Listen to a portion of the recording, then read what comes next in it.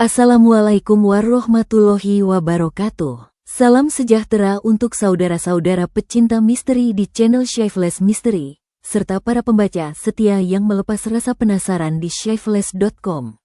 Pada episode kali ini, kita akan menyusuri jalan gelap yang masih berbekas darah, mengikuti jejak Layla yang kini berdiri di antara dua dunia nyata yang kini membawanya pulang, dan dunia gaib yang masih mengejarnya. Di tengah keheningan yang penuh amanat, Kiai Bahar bersiap untuk menghadapi kebenaran terakhir yang menanti di balik pintu ruang bawah tanah. Sementara desa yang dulu dilanda teror, kini mulai bernapas lagi dengan harapan baru. Langkah-langkah Layla kini membawanya kembali ke desa Karanganyar, bukan sebagai korban, melainkan sebagai saksi dari kegelapan yang pernah dia alami. Setiap kelopak melati yang kini tumbuh di taman Layla adalah saksi bisu dari 7 nyawa yang pergi terlalu cepat. Di balai desa yang pernah dipenuhkan amarah, kini terdengar suara lembut doa-doa yang mengalun, membawa kesembuhan bagi jiwa yang masih luka. Tapi di kejauhan, di ruang bawah tanah yang pernah menjadi sarang ritual, sesuatu masih tersembunyi. Sesuatu yang menanti saat terakhir untuk dibebaskan, atau untuk kembali menyerang. Apakah benar semua sudah berakhir? Ataukah kegelapan itu hanya tertidur, menanti saat tepat untuk terbangun kembali?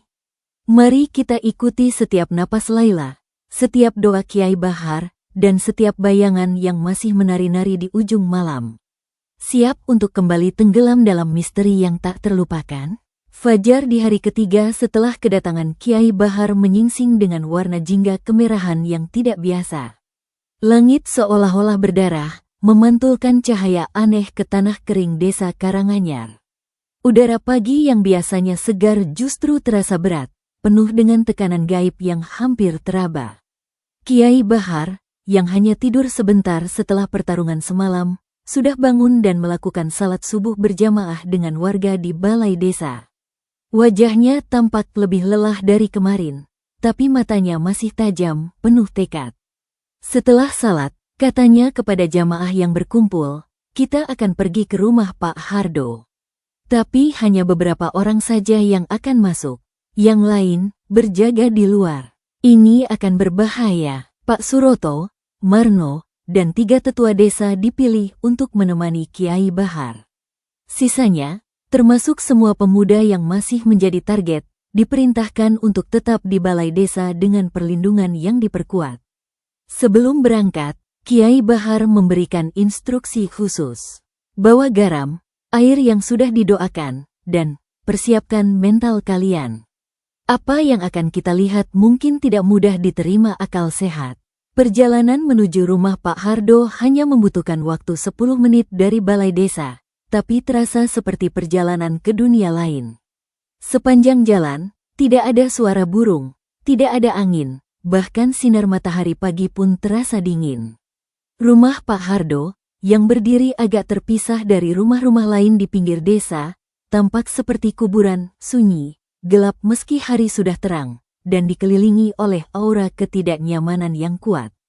Pak Hardo sendiri sudah menunggu di depan rumah. Wajahnya pucat seperti mayat, matanya merah bengkak, dan tangannya gemetar memegang seikat kunci berkarat.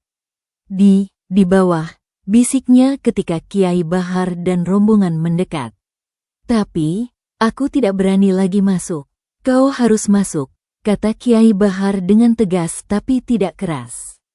Kau yang memulai ini, kau harus mengakhirinya. Dengan langkah berat, Pak Hardo memimpin mereka ke belakang rumah, ke sebuah gudang kecil yang tampak tidak terawat. Di dalam gudang itu, setelah menggeser beberapa karung berisi gabuh kering, terlihat sebuah pintu kayu terkunci yang tertanam di lantai tanah. Di sini, kata Pak Hardo, tangannya gemetar semakin hebat saat mencoba memasukkan kunci ke dalam lubang kunci. Pintu itu terbuka dengan bunyi berderit yang memilukan. Di bawahnya, terlihat tangga kayu yang menurun ke kegelapan. Bau aneh langsung menyergap, campuran antara melati, dupa, sesuatu yang manis seperti madu busuk, dan bau besi berkarat seperti darah. Kiai Bahar maju pertama, dengan membawa lentera minyak yang sudah disiapkan, ia menuruni tangga. Yang lain mengikuti dengan hati berdebar-debar. Tangga itu lebih dalam dari yang diperkirakan, tidak hanya beberapa meter, tapi sekitar 5 meter ke bawah tanah.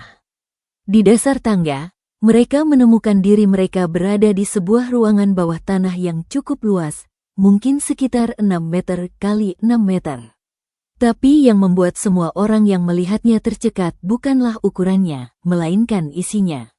Ruangan itu adalah ruang ritual yang lengkap. Di tengah, terdapat altar dari kayu jati tua yang diukir dengan simbol-simbol aneh yang tidak dikenal. Di atas altar, terdapat puluhan lilin hitam yang sudah setengah terbakar, beberapa mangkuk berisi cairan kental berwarna merah gelap, dan yang paling mengerikan, potongan-potongan rambut serta kuku yang disusun rapi dalam pola melingkar. Tapi pusat perhatian adalah apa yang berada tepat di belakang altar, sebuah boneka kayu berukuran hampir sebesar manusia. Boneka itu diukir dengan detail yang mengerikan, wajahnya adalah wajah Laila yang persis, tapi dengan ekspresi penderitaan yang dalam. Di tubuh boneka itu, terikat oleh tali hitam yang terbuat dari rambut dikepang, tergantung 10 kantong kecil dari kain merah. Dan dari setiap kantong, keluar sehelai benang perak samar-samar yang menghilang ke langit-langit ruangan. Tali sukma, bisik Kiai Bahar dengan suara bergetar. Setiap benang ini menghubungkan boneka ini dengan sukma korban yang sudah diambil. Ia mendekat, memeriksa boneka itu lebih dekat. Dan ini bukan hanya boneka. Ini wadah. Disinilah sukma Laila yang asli di penjara. Tapi yang paling mengejutkan adalah apa yang mereka lihat di sudut ruangan. Di sana, duduk bersila di atas permadani usang, adalah Pak Hardo.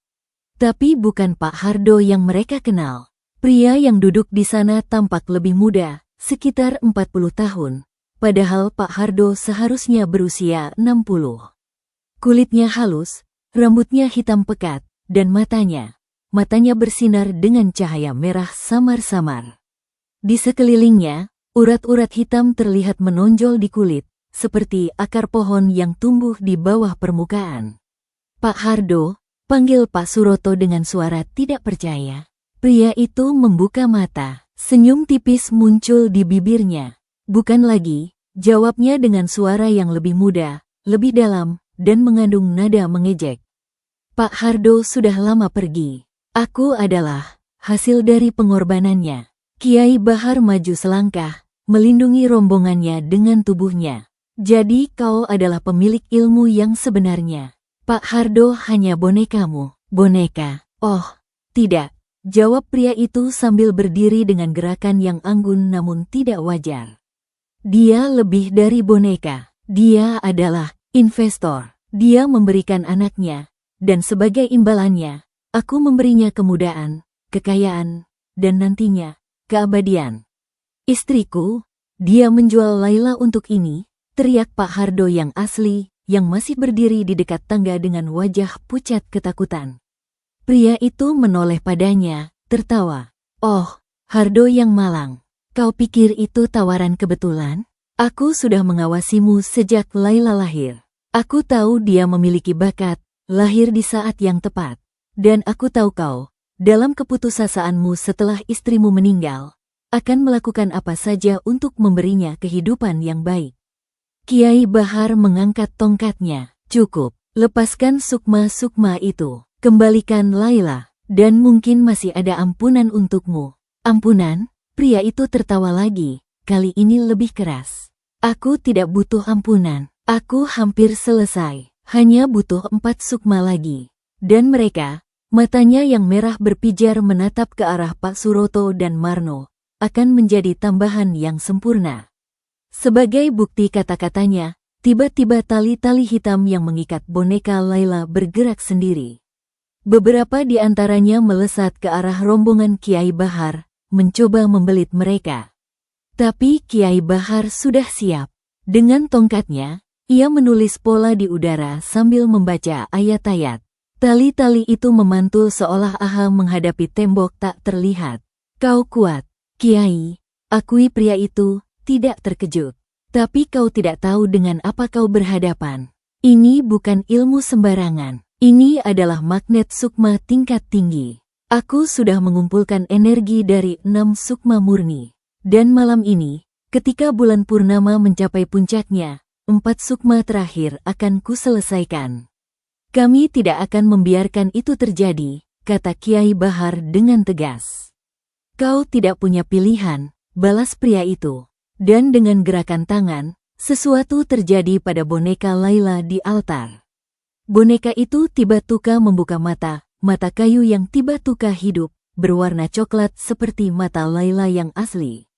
Dan dari mulutnya yang diukir, keluar suara, "Tolong, tolong aku, ayah, tolong." Suara itu adalah suara Laila yang asli, penuh penderitaan, penuh keputusasaan.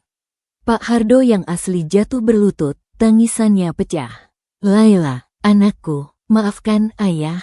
Maafkan ayah." Tapi pria muda itu hanya tertawa. "Lihat, dia masih ada di sana. Terjebak, menderita, dan akan terus menderita selamanya. Kecuali aku mendapatkan apa yang kuinginkan." Kiai Bahar melihat ke sekeliling ruangan. Matanya yang terlatih melihat detail-detail yang tidak diperhatikan oleh yang lain. Pola di lantai yang terbentuk dari garam dan abu. Simbol-simbol di dinding yang memancarkan energi gelap. Dan yang paling penting, 10 titik di langit-langit di mana benang-benang perak dari kantong-kantong merah itu menghilang. "Kau menyimpan sukma-sukma itu di sini," gumam Kiai Bahar. "Di ruangan ini, tapi tidak di kantong-kantong itu. Itu hanya penampakan." Pria itu tiba-tiba berhenti tertawa. Wajahnya menjadi serius. "Kau lebih tajam dari yang kukira. Kantong-kantong itu kosong," lanjut Kiai Bahar mendekati altar. "Sukma-sukma itu disimpan di dalam boneka ini. Laila tidak hanya menjadi media untuk mengambil sukma. Dia juga menjadi penjara untuk menyimpannya." Pengungkapan itu membuat semua orang terkejut, termasuk pria itu sendiri. "Bagaimana kau tahu?" "Karena energinya," jawab Kiai Bahar sederhana. "Energi di boneka ini terlalu padat untuk hanya berisi sukma Laila. Ada 6, tidak. Sekarang sudah 7 energi lain di dalamnya." Ia menoleh ke arah Pak Hardo yang masih menangis. "Ahmad, korban terakhir. Sukmanya sudah dipindahkan ke sini semalam, saat kita sibuk bertahan di balai desa." Pria itu mengangguk, sekarang dengan ekspresi hormat yang aneh. "Benar, kau memang layak menjadi lawanku. Tapi tetap saja, kau tidak bisa menghentikanku. Ritual sudah hampir selesai. Hanya butuh 3 sukma lagi. Dan aku sudah memilih korbannya." Dia menatap Marno, Pak Suroto, dan salah satu tetua desa. "Kalian bertiga sudah tua, tapi masih memiliki sukma yang kuat karena kehidupan yang lurus. Sempurna untuk melengkapi ke-10.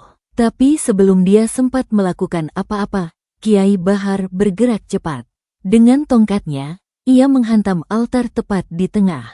Kayu jati yang keras itu retak dengan suara menggelegar. Lilin-lilin hitam berjatuhan, mangkuk-mangkuk berisi cairan merah tumpah, dan yang paling penting, tali-tali hitam yang mengikat boneka Laila putus beberapa helai. Pria itu menjerit marah. "Tidak!" Dia melompat ke depan, tangan terulur, jari-jarinya berubah menjadi cakar hitam. Tapi Kiai Bahar sudah siap.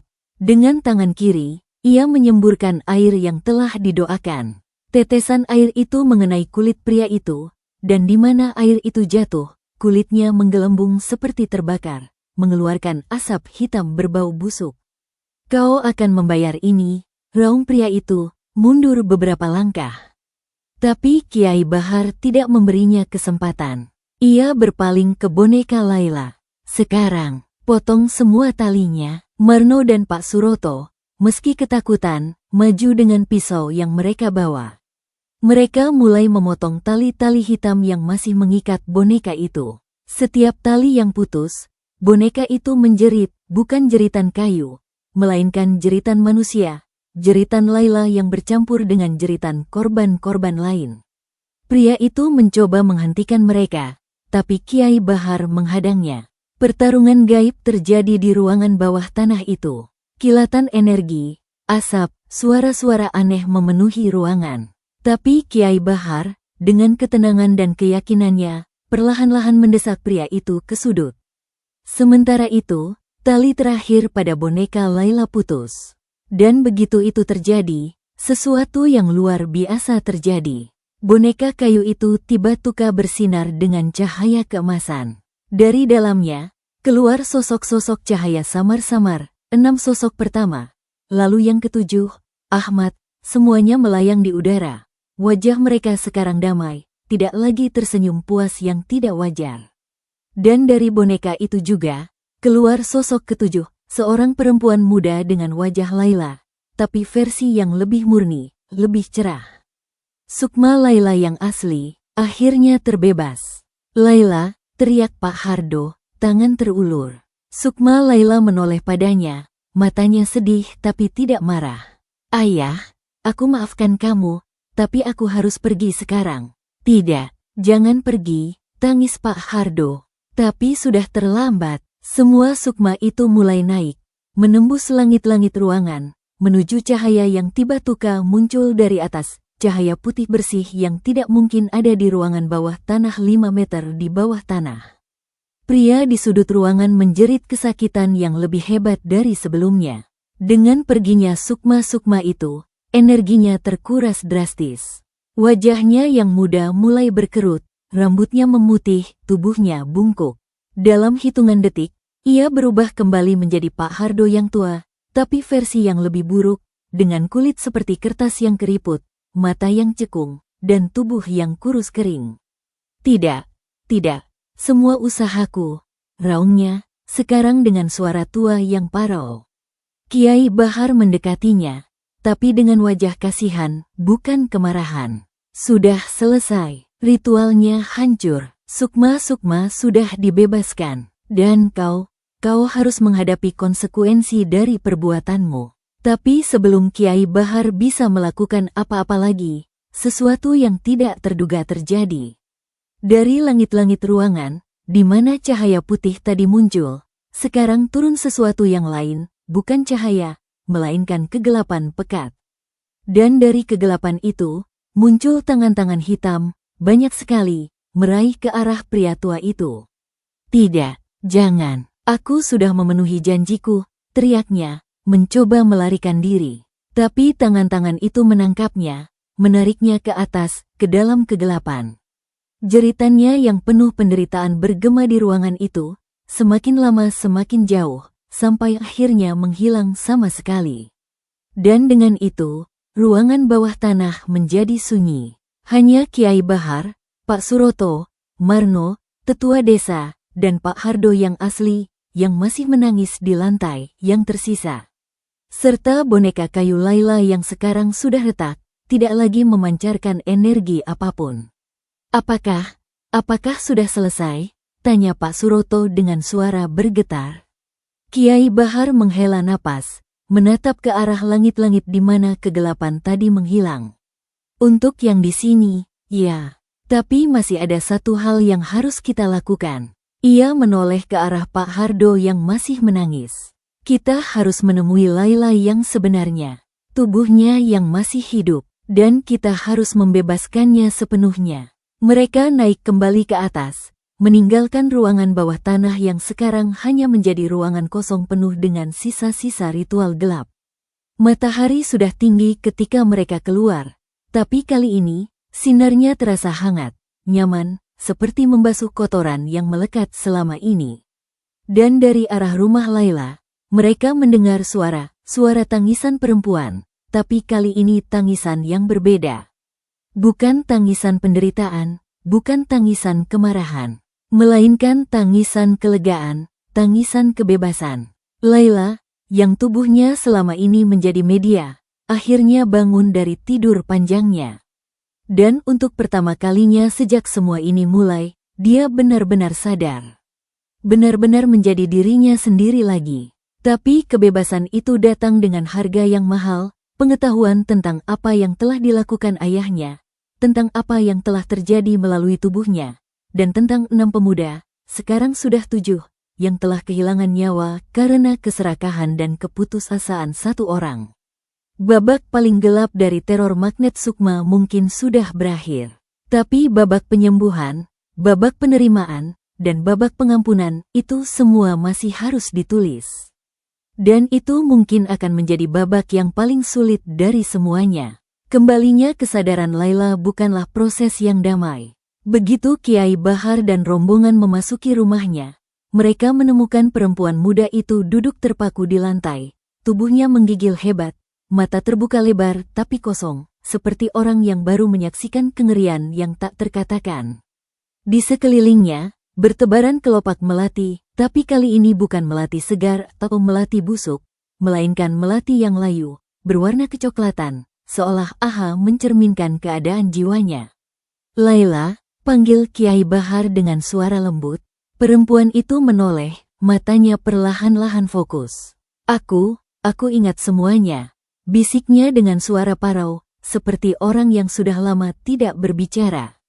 Setiap detik, setiap kematian, air mata mulai mengalir di pipinya, tapi bukan tangisan histeris. Ini adalah tangisan sunyi, tangisan dari lubuk jiwa yang terluka terlalu dalam. Aku melihat melalui mataku sendiri, tapi tidak bisa mengendalikan tubuhku. Seperti menjadi penumpang di tubuh sendiri. Pak Hardo, yang ikut masuk dengan langkah terlatih-tatih, maju pelan.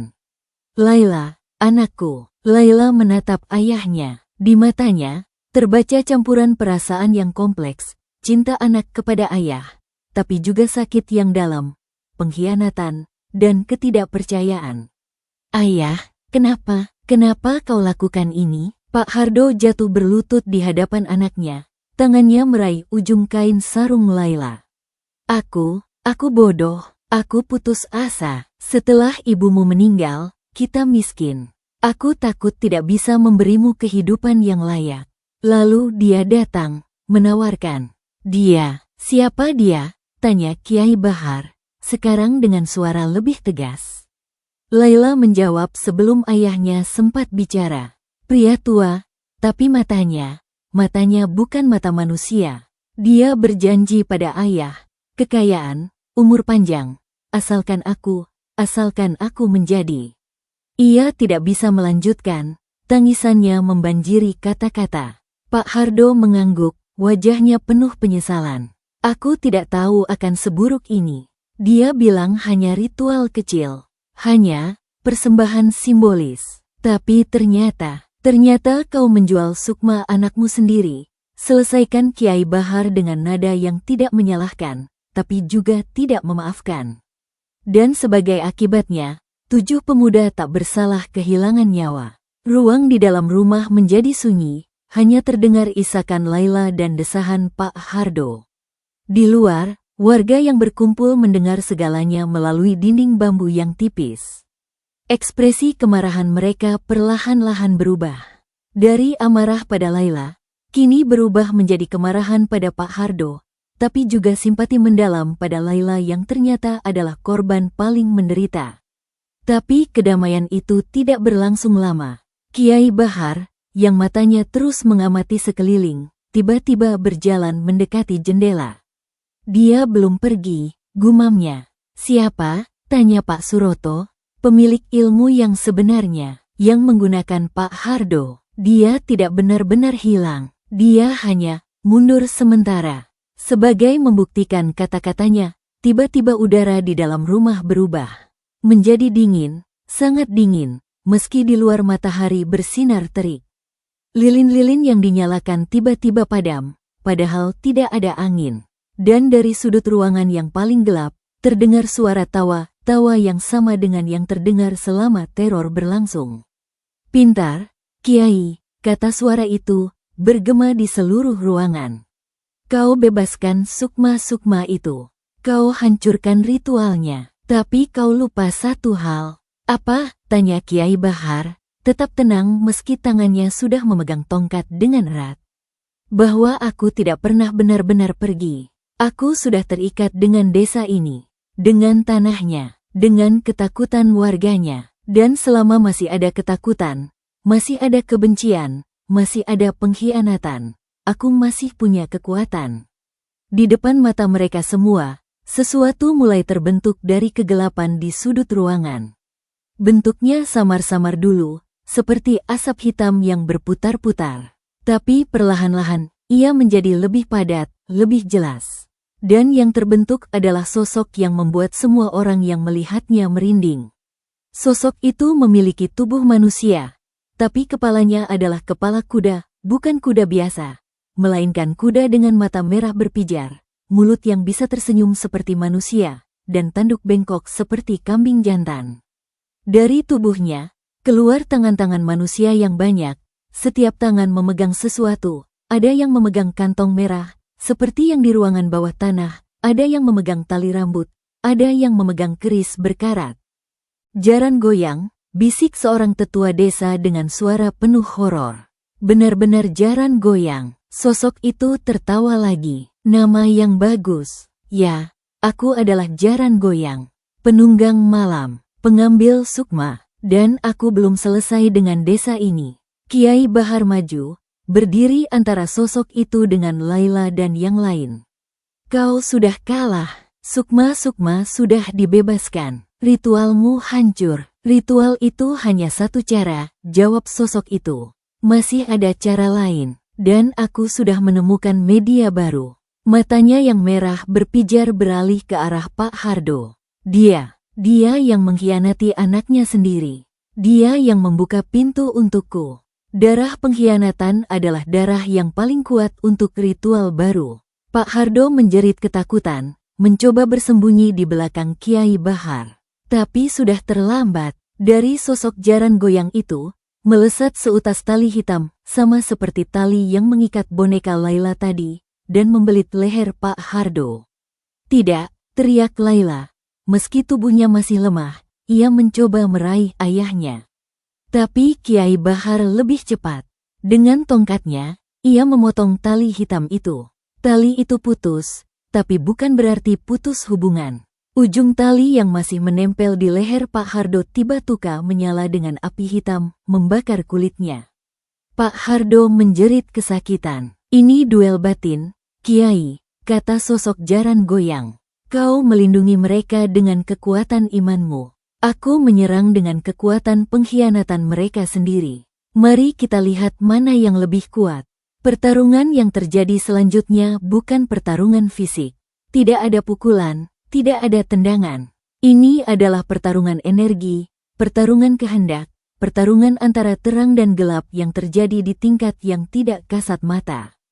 Kiai Bahar duduk bersila di lantai, mata terpejam, tangan tergenggam di depan dada, bibir bergerak membaca doa-doa dengan suara pelan tapi jelas.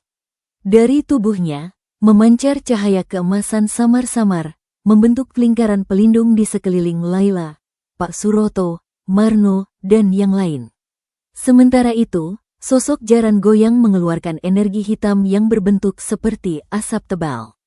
Asap itu mencoba menembus lingkaran cahaya, membentuk tangan-tangan, wajah-wajah yang meringis, mulut-mulut yang mencoba menggigit. Setiap kali asap itu menyentuh cahaya, terdengar suara desis seperti besi panas dicelupkan ke air. Tapi pertarungan itu tidak seimbang.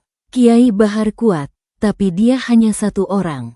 Sementara jaran goyang menarik kekuatan dari sumber lain, dari ketakutan warga di luar, dari penyesalan Pak Hardo, bahkan dari rasa bersalah Laila.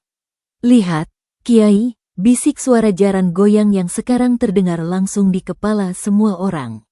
Lihat pengkhianatan ini. Seorang ayah menjual anaknya. Sebuah desa menuduh tanpa bukti. Seorang perempuan membunuh tanpa berniat. Ini adalah makananku. Ini adalah kekuatanku. Dan memang, lingkaran cahaya Kiai Bahar mulai menyusut. Perlahan-lahan, tapi pasti. Dari radius 3 meter, menjadi 2,5, lalu 2 meter. Laila, yang menyaksikan semua ini, tiba-tiba bangkit. Tubuhnya masih lemah, tapi matanya sekarang penuh tekad. Tidak, katanya dengan suara yang tiba-tiba kuat. Tidak lagi. Laila, tetap di dalam lingkaran, peringatkan Kiai Bahar tanpa membuka mata. Tapi Laila tidak mendengarkan. Ia melangkah keluar dari lingkaran cahaya, menghadap langsung ke sosok jaran goyang. Aku sudah cukup menjadi alatmu. Aku sudah cukup menderita karena pengkhianatan. Sekarang aku yang akan melawan. Sosok Jaran Goyang tertawa. Kau, media yang sudah hancur, kau tidak punya kekuatan. Kau salah, jawab Layla. Air matanya sudah kering, wajahnya sekarang penuh keteguhan. Aku punya kekuatan yang kau tidak akan pernah mengerti. Kekuatan dari penderitaan yang kau sebabkan. Kekuatan dari pengampunan. Ia menoleh ke ayahnya yang masih merintih kesakitan. Ayah, aku maafkan kamu. Benar-benar maafkan. Kemudian ia menoleh ke arah jendela, ke arah warga yang berkumpul di luar. Dan kalian, yang menuduhku, yang takut padaku, aku maafkan kalian juga. Dan yang terakhir, ia menatap langsung ke mata merah Jaran Goyang. Dan untukmu, aku tidak punya kebencian, hanya kasihan, karena kau harus hidup dengan kegelapan seperti ini. Sesuatu yang luar biasa terjadi.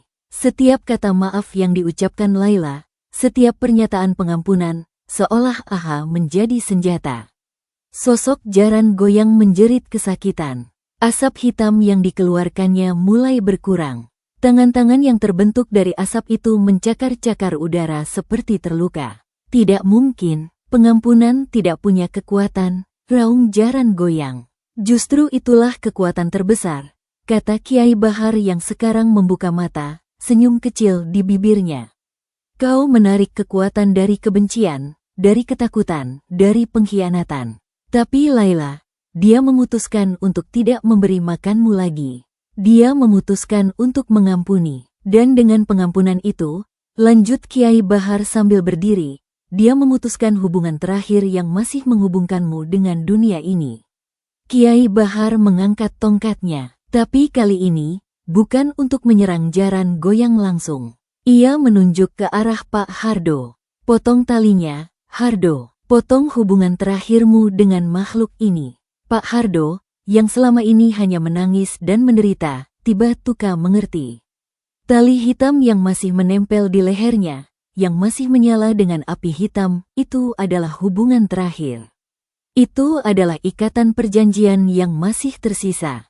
Dengan tangan gemetar, Pak Hardo meraih tali itu.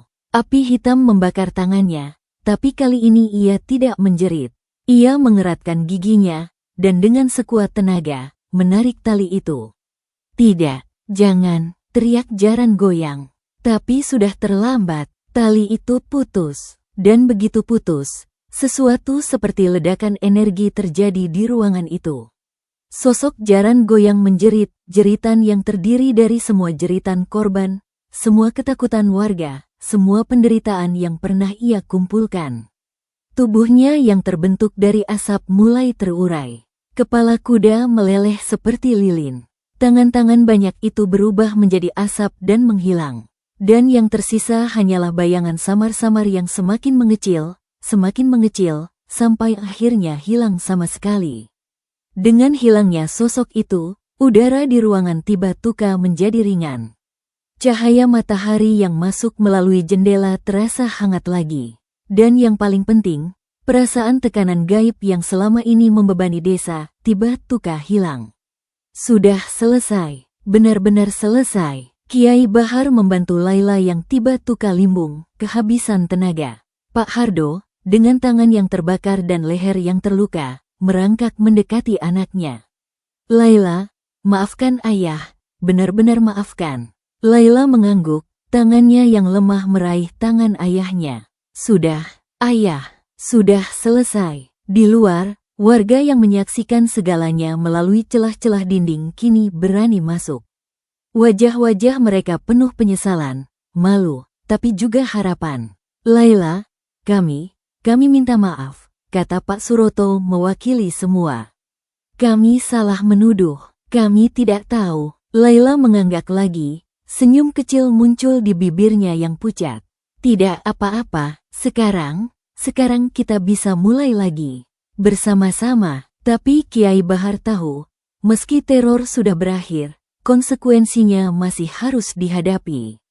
7 pemuda sudah tewas. Pak Hardo harus menghadapi tanggung jawab atas perbuatannya. Dan Layla, Laila harus belajar hidup lagi dengan memori mengerikan yang akan selalu melekat padanya. Malam itu, setelah semua tenang, Kiai Bahar duduk bersama Pak Suroto dan tetua desa di balai desa. Jaran goyang itu, apakah dia benar-benar hilang? Tanya Pak Suroto. Kiai Bahar menghela napas. Makhluk seperti itu tidak pernah benar-benar hilang. Mereka adalah bagian dari kegelapan yang selalu ada di dunia. Tapi ikatannya dengan desa ini sudah putus. Pengampunan Laila, penyesalan Pak Hardo, dan kesadaran kalian semua, itu yang memutuskan ikatan itu. Tapi apakah dia bisa kembali? Bisa. Jika ada lagi pengkhianatan seperti ini. Jika ada lagi keputusasaan yang dimanfaatkan. Jika ada lagi ketakutan yang dibiarkan tumbuh menjadi kebencian. Kiai Bahar menatap mereka semua dengan serius. Jadi tugas kalian sekarang bukan hanya membangun kembali desa ini secara fisik. Tapi juga secara spiritual. Jangan biarkan ketakutan dan prasangka menguasai lagi. Pelajaran itu tertanam dalam di hati semua yang mendengar. Teror jaran goyang mungkin sudah berakhir. Tapi pelajaran darinya akan terus hidup, mengingatkan mereka bahwa kegelapan terbesar tidak selalu datang dari luar. Kadang, ia datang dari dalam, dari keputusasaan yang membuat seseorang menjual anaknya, dari ketakutan yang membuat sebuah desa menuduh tanpa bukti, dari kebencian yang memberi makan makhluk-makhluk yang seharusnya tidak memiliki tempat di dunia ini. Dan untuk Laila, malam itu adalah malam pertama dalam waktu yang sangat lama di mana ia bisa tidur tanpa takut, tanpa mimpi buruk, tanpa merasa ada sesuatu yang mengendalikan tubuhnya. Tapi di balik kedamaian itu, ada luka yang dalam, luka yang mungkin tidak akan pernah sembuh sepenuhnya. Tapi setidaknya sekarang, ia bisa mulai belajar hidup dengannya. Babak pertarungan fisik dan gaib sudah berakhir. Sekarang, tinggal babak terakhir, babak penyembuhan, babak penerimaan, dan babak harapan baru untuk desa yang sudah terluka terlalu dalam. Keesokan pagi setelah duel batin dengan jaran goyang, desa Karanganyar bangun dengan suasana yang berbeda. Bukan lagi ketegangan yang mencekam, bukan lagi ketakutan yang menyelimuti, melainkan sebuah keheningan yang berat, keheningan yang datang setelah badai, penuh dengan reruntukan yang harus dibersihkan dan luka yang harus diobati. Matahari pagi menyinari desa dengan cahaya yang lebih cerah dari biasanya, seolah-olah alam sendiri bersuka cita atas berakhirnya teror. Tapi di balik cahaya itu, ada bayangan panjang dari apa yang telah terjadi, 7 pemuda yang tewas, keluarga yang berduka, dan seorang perempuan muda yang harus menanggung memori mengerikan yang bukan kesalahannya. Pak Hardo, setelah diobati oleh Kiai Bahar dengan ramuan tradisional dan doa-doa, kini terbaring di rumahnya. Luka di lehernya dari tali hitam sudah tidak lagi menyala dengan api hitam, tapi meninggalkan bekas luka bakar yang aneh, berbentuk seperti lingkaran dengan pola yang tidak alami. Tangan kanannya juga terbakar parah. Dan Kiai Bahar mengatakan bahwa luka itu mungkin tidak akan pernah sembuh sepenuhnya, sebagai pengingat abadi atas perbuatannya. Tapi luka fisik bukanlah yang paling menyakitkan bagi Pak Hardo. Yang lebih menyiksa adalah luka batin, penyesalan yang dalam, rasa bersalah yang hampir tak tertahankan, dan pengetahuan bahwa dialah yang menyebabkan semua penderitaan ini, termasuk penderitaan anaknya sendiri. Lebih baik aku yang mati, bisiknya kepada Kiai Bahar yang sedang duduk di samping tempat tidurnya. Daripada Laila harus melalui semua ini. Kiai Bahar menggeleng. Kematianmu tidak akan menyelesaikan apa-apa, Hardo. Justru dengan hidup, kau punya kesempatan untuk memperbaiki, untuk menebus. Tapi bagaimana caranya? Setelah apa yang kulakukan? Dengan menerima konsekuensi. Dengan membantu menyembuhkan luka yang kau sebabkan. Dan yang paling penting, Kiai Bahar menatapnya dalam-dalam, dengan benar-benar berubah. Sementara itu, di ruang lain, Laila sedang ditemani oleh beberapa perempuan desa yang sebelumnya paling vokal menuduhnya. Kini, wajah-wajah mereka penuh penyesalan dan simpati. Kami minta maaf, Laila, kata Bu Siti, salah satu dari mereka, sambil menawarkan semangkuk bubur hangat. Kami tidak tahu. Kami hanya takut. Laila menerima bubur itu dengan senyum kecil. Tidak apa-apa, Bu, aku mengerti. Aku juga takut. Selama ini, aku takut pada diriku sendiri. Percakapan itu terputus ketika dari luar tiba-tiba terdengar teriakan. Seorang pemuda berlari masuk ke rumah, wajahnya pucat ketakutan. Kiai Bahar, ke ruangan bawah tanah, cepat. Kiai Bahar segera bangkit, diikuti oleh beberapa warga yang sedang berkumpul. Mereka bergegas menuju gudang belakang rumah Pak Hardo, ke pintu kayu yang masih terbuka menuju ruangan bawah tanah. Apa yang mereka temukan di bawah membuat semua orang yang melihatnya tercekat, bahkan Kiai Bahar sekalipun. Di tengah ruangan ritual yang sudah hancur, terbaring tubuh Pak Hardo. Tapi bukan Pak Hardo yang mereka tinggalkan semalam di atas, yang sedang terbaring sakit.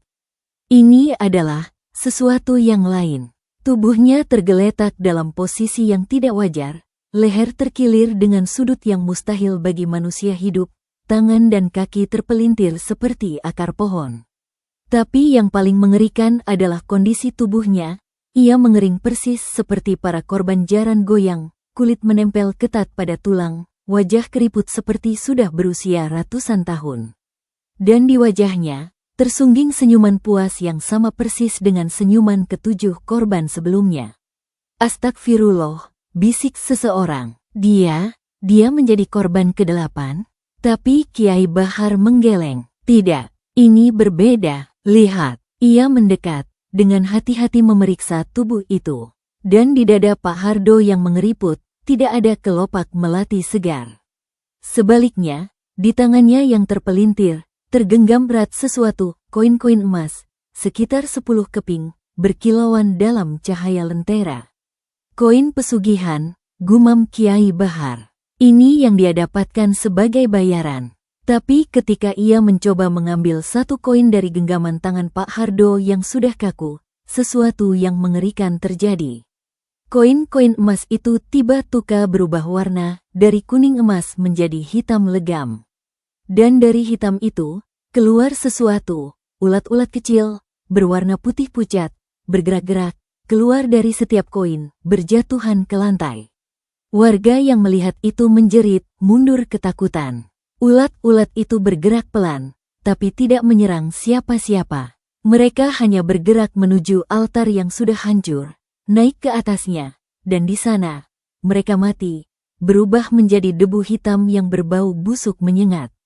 Kekayaan yang diperoleh dengan cara gelap, kata Kiai Bahar dengan suara sedih. Selalu berubah menjadi sesuatu yang busuk pada akhirnya. Tapi misteri belum selesai. Jika ini adalah tubuh Pak Hardo, lalu siapa yang terbaring sakit di atas? Kiai Bahar dan yang lain bergegas kembali ke atas. Dan di sana, mereka menemukan kejadian yang lebih aneh lagi. Pak Hardo yang sakit masih terbaring di tempat tidurnya. Tapi ketika mereka mendekat, mereka menyadari sesuatu yang salah. Napasnya teratur, terlalu teratur, seperti mesin. Matanya terbuka, tapi kosong, tanpa cahaya kehidupan. Dan ketika Kiai Bahar menyentuh tangannya, kulitnya terasa tidak seperti kulit manusia. Lebih seperti kulit boneka. Boneka pengganti, bisik Kiai Bahar. Dia membuat boneka pengganti untuk menipu kita. Dan tubuh aslinya pergi ke ruangan bawah tanah untuk menyelesaikan sesuatu. Tapi untuk apa? Tanya Pak Suroto. Untuk mencoba mengambil kembali apa yang sudah hilang. Atau untuk menjadi tumbal terakhir yang memungkinkan jaran goyang bertahan meski ikatannya sudah putus. Kiai Bahar memeriksa boneka Pak Hardo lebih dekat. Di balik telinganya, ia menemukan sesuatu, sebuah simbol kecil yang diukir di kulit. Simbol yang sama dengan yang ada di altar bawah tanah. Ini bukan boneka biasa, kata Kiai Bahar. Ini adalah bagian dari Pak Hardo. Bagian sukma atau jiwanya yang dipisahkan untuk membuat kita lengah.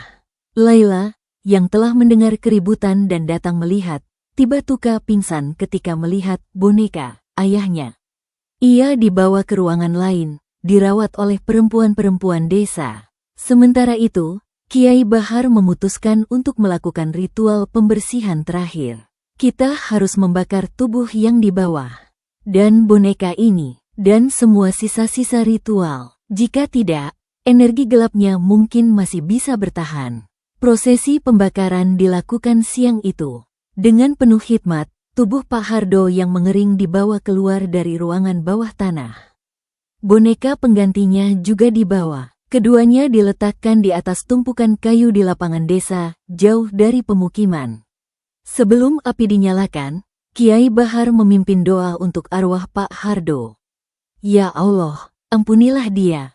Dia telah berbuat kesalahan besar, tapi dia juga telah menderita akibat perbuatannya sendiri. Terimalah penyesalannya yang terakhir. Laila, yang sudah siuman, meminta untuk mendekati tumpukan kayu sebelum dibakar. Dengan air mata mengalir, ia meletakkan setangkai melati segar di atas tubuh ayahnya. Selamat jalan, ayah. Aku maafkan kamu, benar-benar maafkan. Api dinyalakan, kayu-kayu kering cepat terbakar, menjilat tubuh Pak Hardo dan boneka penggantinya. Tapi yang aneh, api itu tidak mengeluarkan asap hitam seperti biasanya saat membakar mayat. Asapnya berwarna putih bersih, naik lurus ke langit, dan baunya seperti melati murni, harum, menyegarkan. Energi terakhirnya dimurnikan oleh pengampunan Laila, bisik Kiai Bahar kepada Pak Suroto. Pembakaran berlangsung beberapa jam. Ketika api padam, yang tersisa hanya abu putih halus. Tidak ada tulang, tidak ada sisa-sisa lain. Seolah-olah tubuh Pak Hardo dan semua dosanya telah dimurnikan sepenuhnya oleh api dan pengampunan. Sore itu, setelah semua selesai, Kiai Bahar mengumpulkan warga di balai desa untuk terakhir kalinya. Teror jaran goyang sudah benar-benar berakhir, umumnya. Dengan kematian Pak Hardo, ikatan terakhir dengan makhluk itu putus. Dengan pengampunan Laila, energi negatif yang tersisa dimurnikan. Dan dengan kesadaran kalian semua, desa ini bisa mulai lagi. Tapi ia juga memberikan peringatan.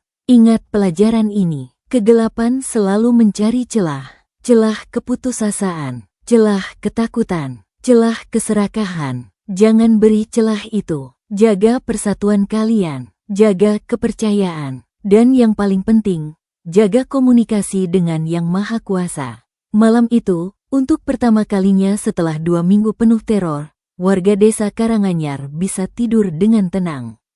Tidak ada suara ringkikan kuda. Tidak ada aroma melati busuk. Tidak ada ketukan di jendela atau tawa misterius. Tapi bagi Laila, malam itu adalah malam yang sulit.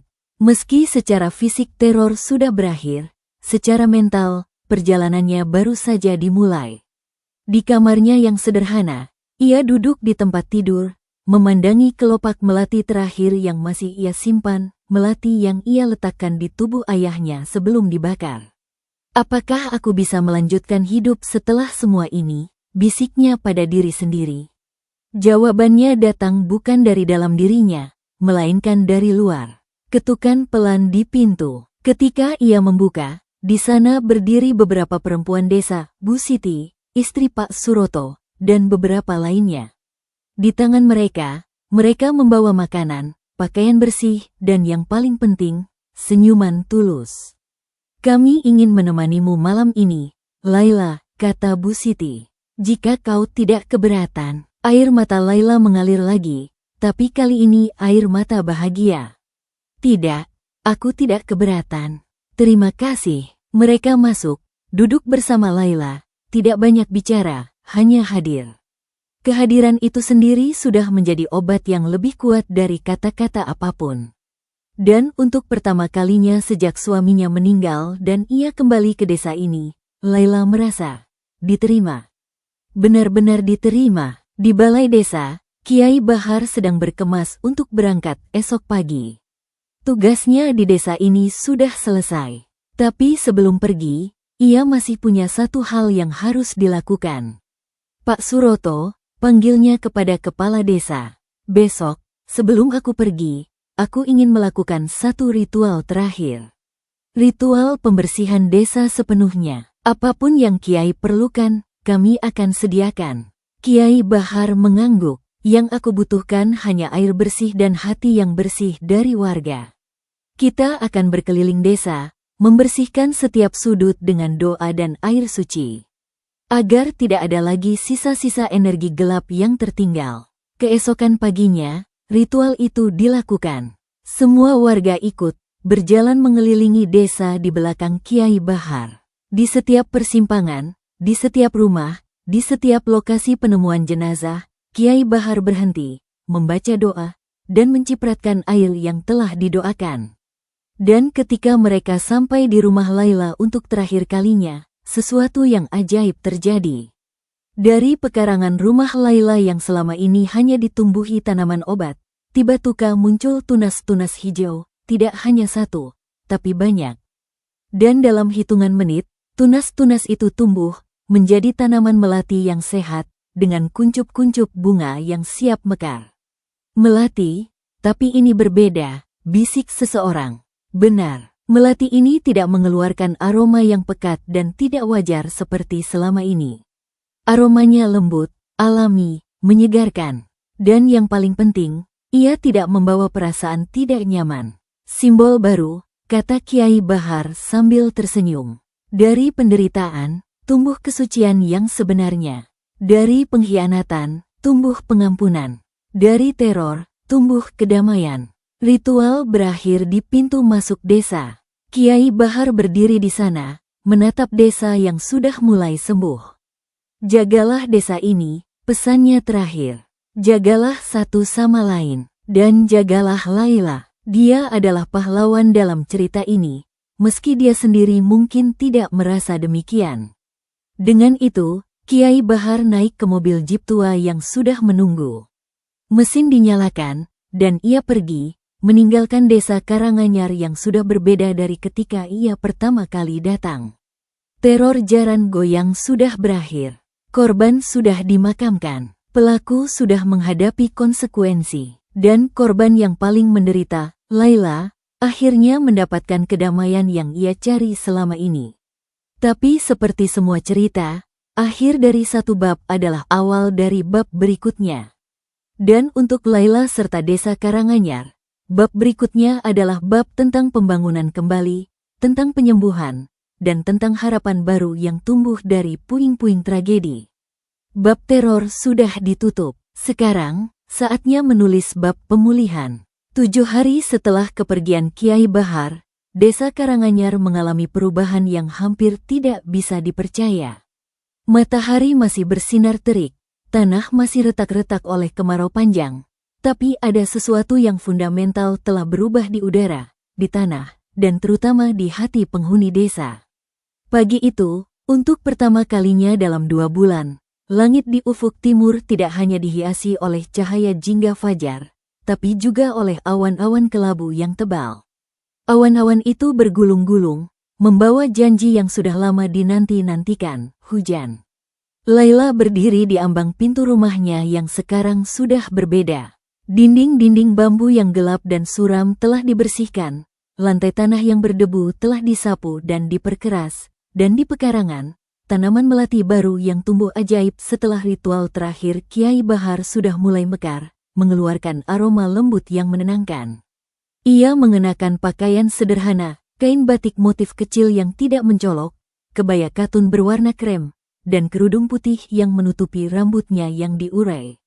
Tidak ada perhiasan, tidak ada riasan, dan yang paling penting, tidak ada wangi melati buatan. Hanya wangi alami dari bunga-bunga di pekarangannya sendiri. Hari ini aku akan pergi, bisiknya pada diri sendiri, matanya menatap jalan desa yang sudah mulai ramai oleh aktivitas pagi. Keputusan itu tidak datang dengan mudah. Setelah semua yang terjadi, setelah pengampunan dari warga, setelah tawaran untuk tetap tinggal dan dibantu membangun kehidupan baru, Laila memutuskan untuk pergi. Bukan karena tidak mau memaafkan, bukan karena masih takut, tapi karena ia merasa perlu menyucikan diri, perlu menemukan kedamaian batin yang lebih dalam, perlu belajar hidup lagi dengan memori yang akan selalu melekat padanya. Tujuannya adalah pesantren Al-Hikmah, tempat Kiai Bahar mengabdi. Bukan untuk selamanya, tapi untuk beberapa waktu, untuk belajar, untuk beribadah, untuk menyembuhkan luka batin yang masih segar. Laila, panggil Bu Siti dari jalan, membawa sebuah bungkusan kain. Ini bekal untuk perjalananmu, nasi, lauk, dan sedikit ubi rebus. Laila menerimanya dengan senyum tulus. Terima kasih, Bu. Kalian semua sudah terlalu baik. Kami yang harus berterima kasih, jawab Bu Siti, matanya berkaca-kaca. Karena masih mau memaafkan kami. Karena masih mau tersenyum pada kami. Satu persatu, warga datang. Tidak dengan harta, tidak dengan hadiah mewah. Tapi dengan sesuatu yang lebih berharga, makanan sederhana, doa-doa tulus, dan pelukan hangat. Setiap orang yang datang meminta maaf sekali lagi, meski Laila sudah berkali-kali mengatakan bahwa ia sudah memaafkan. Pak Suroto datang dengan delman tua yang akan mengantarkan Laila ke terminal bus di kota kecamatan. Kuda dan delman ini sudah diperiksa Kiai Bahar sebelum pergi, katanya. Diberkati, katanya, aman untuk perjalananmu. Laila mengangguk, meletakkan koper kecil yang berisi barang-barang sederhananya di delman. Koper itu adalah pemberian ibu-ibu desa, koper tua yang sudah dibersihkan, diperbaiki, dan diisi dengan pakaian-pakaian baru yang mereka jahit bersama-sama. Sebelum berangkat, Laila meminta untuk singgah sebentar di pemakaman desa. Di sana, di bagian yang agak terpisah, terdapat 7 nisan baru, nisan untuk Satrio, Slamet, Joko, Rudi, Budi, Ahmad, dan 1 nisan simbolis untuk Pak Hardo. Meski tubuh Pak Hardo sudah habis dibakar, warga memutuskan untuk membuatkan nisan untuknya, sebagai pengingat dan sebagai penutup. Laila berdiri di depan ke-7 nisan itu, tangannya terkatup, matanya terpejam. Aku minta maaf, bisiknya, untuk apa yang terjadi pada kalian melalui diriku. Dan untuk ayahku, semoga kalian bisa memaafkannya juga. Semoga semua kita menemukan kedamaian. Dari balik pepohonan di pinggir pemakaman, muncul sosok-sosok samar, 7 sosok cahaya lembut.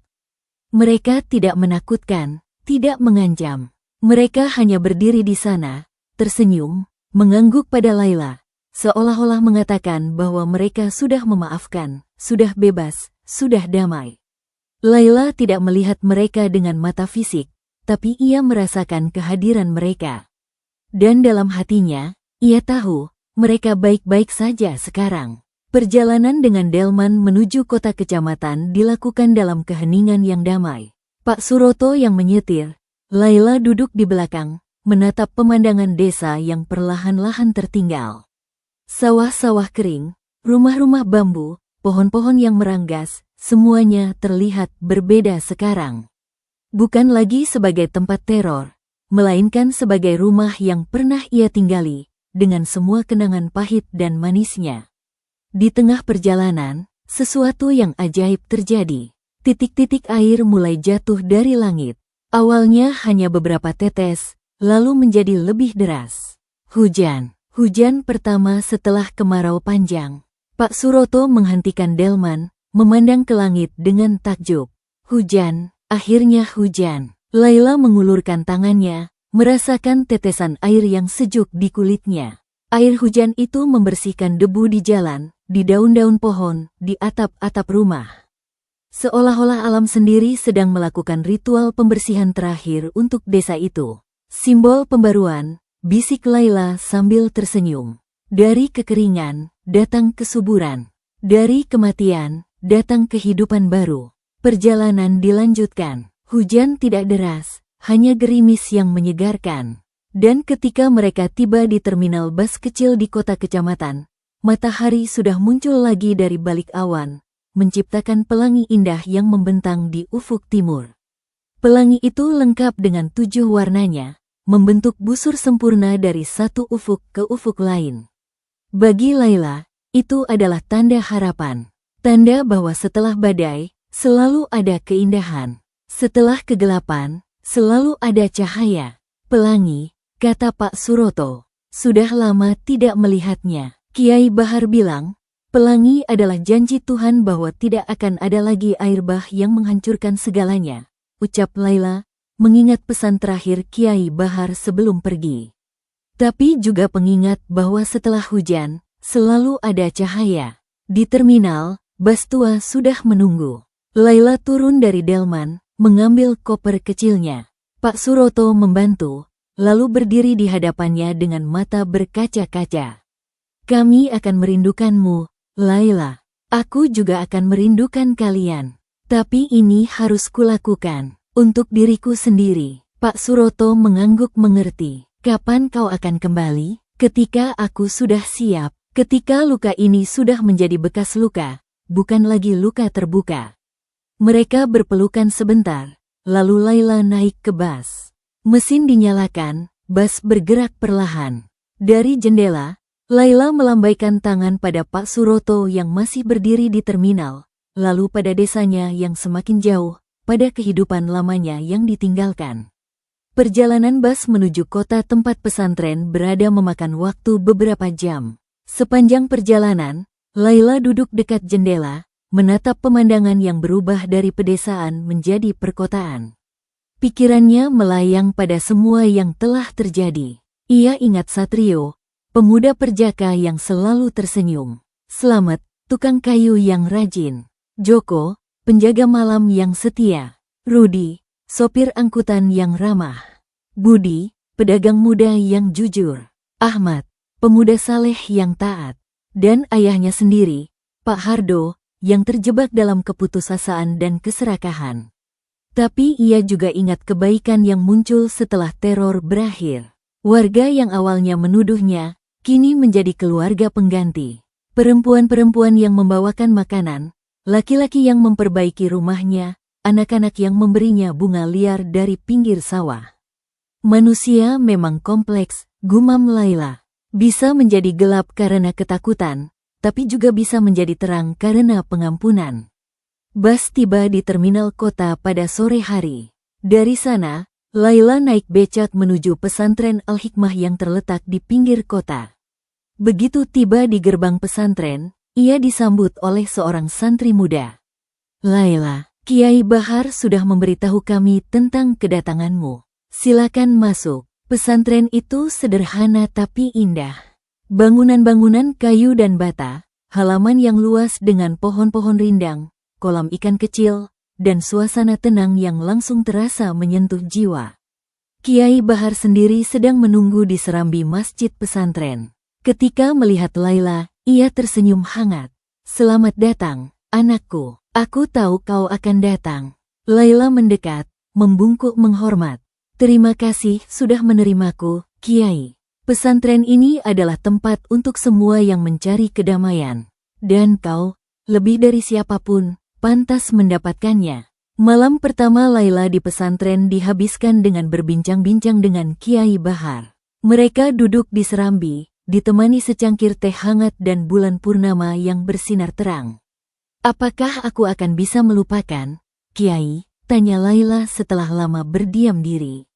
Kiai Bahar menggeleng. Tidak perlu melupakan, Laila. Yang perlu kau lakukan adalah menerima. Menerima bahwa itu terjadi. Menerima bahwa itu bukan salahmu. Menerima bahwa hidup harus berjalan terus. Iya, tapi ingatan itu menyakitkan. Ya, tapi ingatan juga yang membuat kita manusia. Yang membuat kita belajar. Yang membuat kita lebih bijak. Kiai Bahar meneguk tehnya. Kau tahu, dalam tradisi kita, luka tidak selalu buruk. Bekas luka adalah bukti bahwa kita pernah terluka, tapi juga bukti bahwa kita bisa sembuh. Pembicaraan berlanjut hingga larut malam. Kiai Bahar bercerita tentang orang-orang lain yang pernah datang ke pesantren dengan luka batin yang dalam. Tentang kekuatan pengampunan. Tentang arti sebenarnya dari kesucian, bukan kesucian tanpa noda, tapi kesucian yang datang setelah noda dibersihkan dengan air mata penyesalan dan tekad untuk berubah. Di sini, kau akan belajar banyak hal, janji Kiai Bahar. Tapi yang paling penting, kau akan belajar menerima dirimu sendiri. Menerima bahwa kau adalah korban, tapi juga pahlawan. Menerima bahwa kau lemah, tapi juga kuat. Menerima bahwa masa lalu tidak bisa diubah, tapi masa depan masih bisa ditulis. Laila mengangguk, air matanya mengalir lagi, tapi kali ini air mata kelegaan. Untuk pertama kalinya sejak semua ini mulai, ia merasa benar-benar dimengerti. Benar-benar diterima, benar-benar aman. Hari-hari berikutnya di pesantren diisi dengan kegiatan sederhana namun bermakna. Bangun sebelum subuh untuk salat dan zikir. Membantu di dapur pesantren. Belajar mengaji dengan santri-santri lain yang lebih muda. Berkebun di lahan pesantren. Dan yang paling penting, banyak waktu untuk merenung, untuk berdoa, untuk menyembuhkan. Setiap malam, sebelum tidur, Laila menulis di buku harian kecil yang dibelikan untuknya oleh Kiai Bahar. Ia menulis tentang perasaannya, tentang ingatannya, tentang harapannya. Dan setiap hari, tulisannya berubah dari kesedihan mendalam, menjadi penerimaan, menjadi harapan. 1 bulan setelah kedatangannya di pesantren, Laila menerima surat dari Desa Karanganyar. Surat itu ditulis bersama-sama oleh warga, dengan tulisan tangan berbagai orang. Laila yang baik, bunyi surat itu. Desa kami sudah berubah. Hujan datang secara teratur sekarang. Tanah sudah mulai hijau lagi. Kami membangun sebuah taman kecil di tempat rumah Pak Hardo dulu, dengan bunga melati asli yang tumbuh alami. Kami menyebutnya Taman Laila, sebagai pengingat akanmu dan pengampunanmu. Kami semua sehat dan bahagia. Kami berdoa untukmu setiap hari, dan kami menunggumu, kapanpun kau siap kembali. Dengan cinta, warga Desa Karanganyar. Membaca surat itu, Laila menangis lagi. Tapi kali ini, tangisan bahagia. Tangisan karena tahu bahwa kehidupan berjalan terus. Tangisan karena tahu bahwa kebaikan bisa tumbuh bahkan dari tanah yang paling tandus sekalipun. Di pesantren, Laila tidak hanya menyembuhkan dirinya sendiri. Ia juga membantu yang lain. Santri-santri muda yang memiliki masalah, tamu-tamu pesantren yang datang dengan beban berat, Laila mendengarkan mereka, berbagi ceritanya, tanpa detail mengerikan, dan memberikan harapan bahwa penyembuhan itu mungkin. Kiai Bahar memperhatikan perubahan dalam diri Laila dengan bangga. Kau tidak hanya menyembuhkan dirimu sendiri, Laila. Kau juga menyembuhkan yang lain. Itulah keindahan sebenarnya dari penderitaan, ketika kita mengubahnya menjadi kekuatan untuk membantu orang lain. 6 bulan setelah kedatangannya di pesantren, Laila membuat keputusan. Ia akan pulang ke Desa Karanganyar. Bukan untuk selamanya tinggal di sana, tapi untuk mengunjungi, untuk melihat perubahan, dan untuk, mungkin, memulai babak baru. Kau sudah siap? Tanya Kiai Bahar ketika Laila memberitahukan keputusannya. Laila mengangguk. Aku tidak akan pernah sepenuhnya melupakan apa yang terjadi. Tapi aku sudah belajar hidup dengannya. Dan sekarang aku ingin melihat bagaimana desa itu tumbuh. Seperti tanaman melati di pekarangan rumahku, dari tanah yang tandus, tumbuh sesuatu yang indah. Kiai Bahar tersenyum. Kalau begitu, pergilah. Tapi ingat, pesantren ini selalu menjadi rumah kedua bagimu. Pagi hari keberangkatan Laila kembali ke desa, Kiai Bahar memberinya hadiah perpisahan, sebuah kalung sederhana dengan liontin berbentuk bunga melati dari kayu jati. Sebagai pengingat, katanya, bahwa kesucian sejati bukanlah tidak pernah ternoda, tapi adalah kemampuan untuk bersinar lagi setelah ternoda. Perjalanan pulang dilakukan dengan perasaan yang berbeda dari perjalanan pergi. Kali ini, Laila tidak merasa seperti pelarian. Ia merasa seperti seseorang yang pulang setelah perjalanan panjang, dengan hikmah baru, dengan kekuatan baru, dengan harapan baru. Ketika bas mendekati Desa Karanganyar, Laila melihat perubahan yang luar biasa. Sawah-sawah yang dulu kering sekarang hijau oleh padi muda. Pohon-pohon yang meranggas sekarang berdaun lebat. Dan di kejauhan, di tempat rumah ayahnya dulu, terlihat hamparan hijau dengan titik-titik putih, bunga melati yang sedang mekar. Bas berhenti di terminal kecil di pinggir desa. Dan ketika Laila turun, ia disambut oleh pemandangan yang membuatnya tercekat. Di sana, menunggu, berdiri hampir semua warga desa. Pak Suroto, Bu Siti, Marno, keluarga-keluarga korban, anak-anak, orang tua, semua ada. Dan di tengah-tengah mereka, terdapat sebuah tanda kecil, "Selamat datang kembali, Laila. Kami tidak mengharapkanmu tinggal selamanya," kata Pak Suroto sambil maju. "Tapi kami ingin menunjukkan padamu desa kami sekarang dan taman yang kami buat untukmu." Mereka mengajak Laila berjalan menuju Taman Laila. Dan apa yang ia lihat di sana membuat air matanya mengalir lagi, air mata kebahagiaan murni.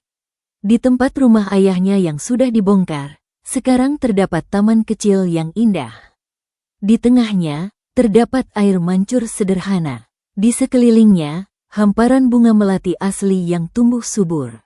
Dan di salah satu sudut, terdapat 7 batu nisan kecil, bukan nisan kuburan, melainkan nisan peringatan untuk ke-7 korban, dengan tulisan, "Mereka yang pergi mengajarkan kami tentang hidup."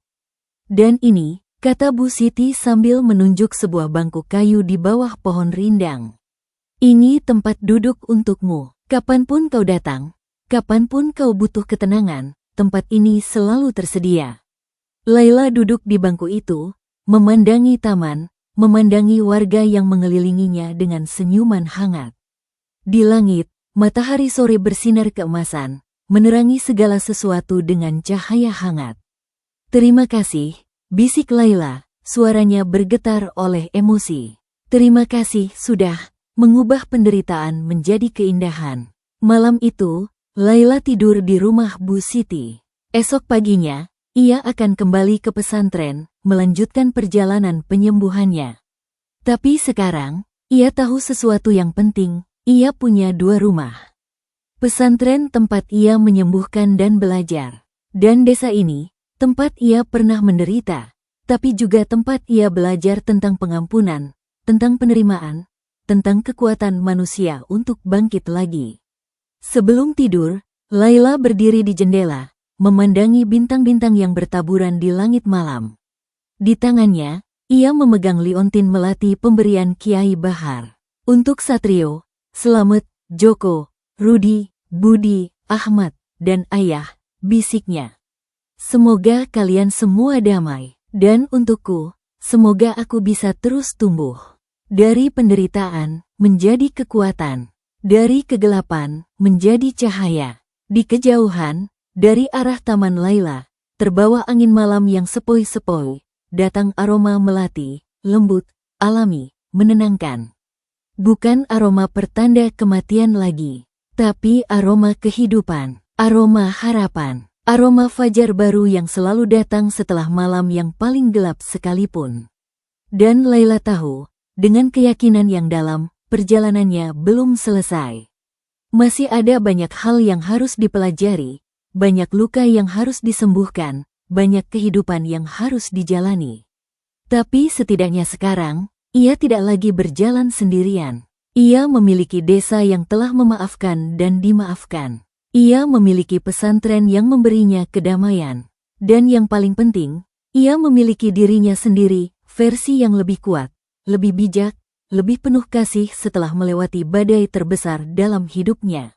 Fajar baru telah menyingsing, bukan hanya untuk desa Karanganyar, tapi juga untuk Laila, dan untuk siapapun yang percaya bahwa setelah kegelapan, selalu ada cahaya. Setelah hujan, selalu ada pelangi. Setelah penderitaan, selalu ada harapan. Cerita tentang santet jaran goyang mungkin sudah berakhir. Tapi cerita tentang kehidupan, tentang pertumbuhan, tentang pengampunan, itu akan terus berlanjut. Selamanya, setelah perjalanan panjang penuh luka dan penyesalan, desa Karanganyar akhirnya menemukan kedamaian. Laila, yang pernah menjadi medianya, kembali dengan hati yang lebih ringan. Di Taman Laila yang dibangun warga, 7 batu nisan mengingatkan kita bahwa dari penderitaan bisa tumbuh harapan. Teror jaran gogang telah berakhir, tapi pelajarannya abadi. Kekuatan pengampunan bisa mengalahkan kegelapan, dan persatuan adalah pelindung terbaik. Terima kasih telah menyaksikan kisah ini di channel Shyfeless Mystery dan membacanya di shyfeless.com. Jika cerita ini menyentuh hati Anda, dukung kami dengan menekan tombol like, menulis komentar, dan membagikannya ke teman-teman. Setiap dukungan Anda menjadi semangat kami untuk membawa lebih banyak misteri dan hiburan. Sampai jumpa di episode berikutnya. Wassalamualaikum warahmatullahi wabarakatuh.